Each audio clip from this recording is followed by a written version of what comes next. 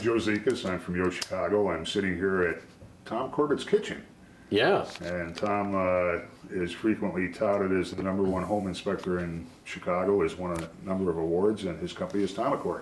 You're suggesting in a lot of ways that the associations have been ignoring those problems or The associations are clearly ignorant. I don't know, you would know better than me, but I think the demographics don't get me started on associations. Yeah. They're, but I mean the demographics of the folks buying. Typical board goes beyond ignorance. It's just willful, deliberate ignorance. There you go. Part of many of them.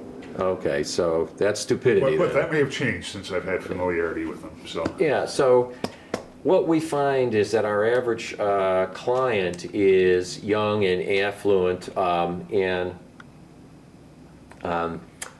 very well educated. However, they are very ignorant in the ways of condominium law and condominium functioning of of the functioning of the condominium boards.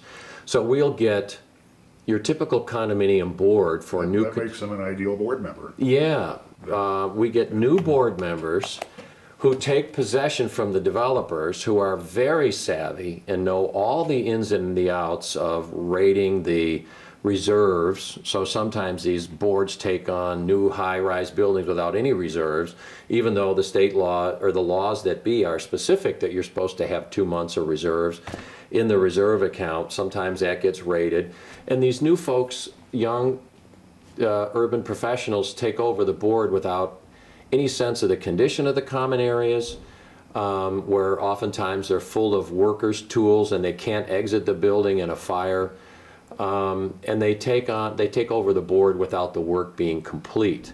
And that puts the developer in the place of walking away from his or her finished product that is incomplete and then blaming the unit owners and the board for abusing the property and the equipment instead of completing the work themselves.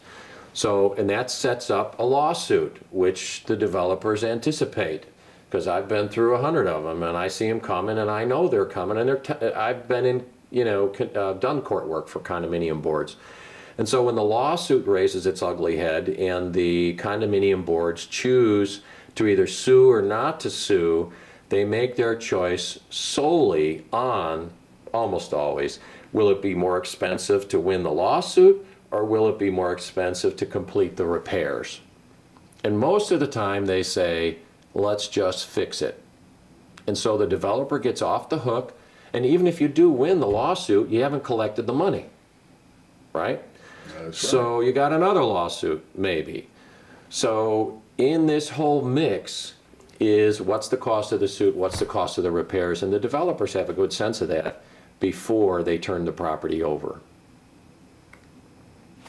I used to represent them, and my law firm's motto was justice delayed is justice denied. That's good.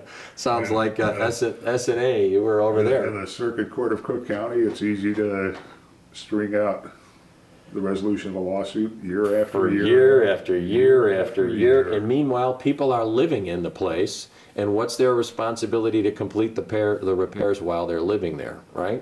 Right. So it's another litigation is not your preferred way of proceeding. No, so I don't know what is.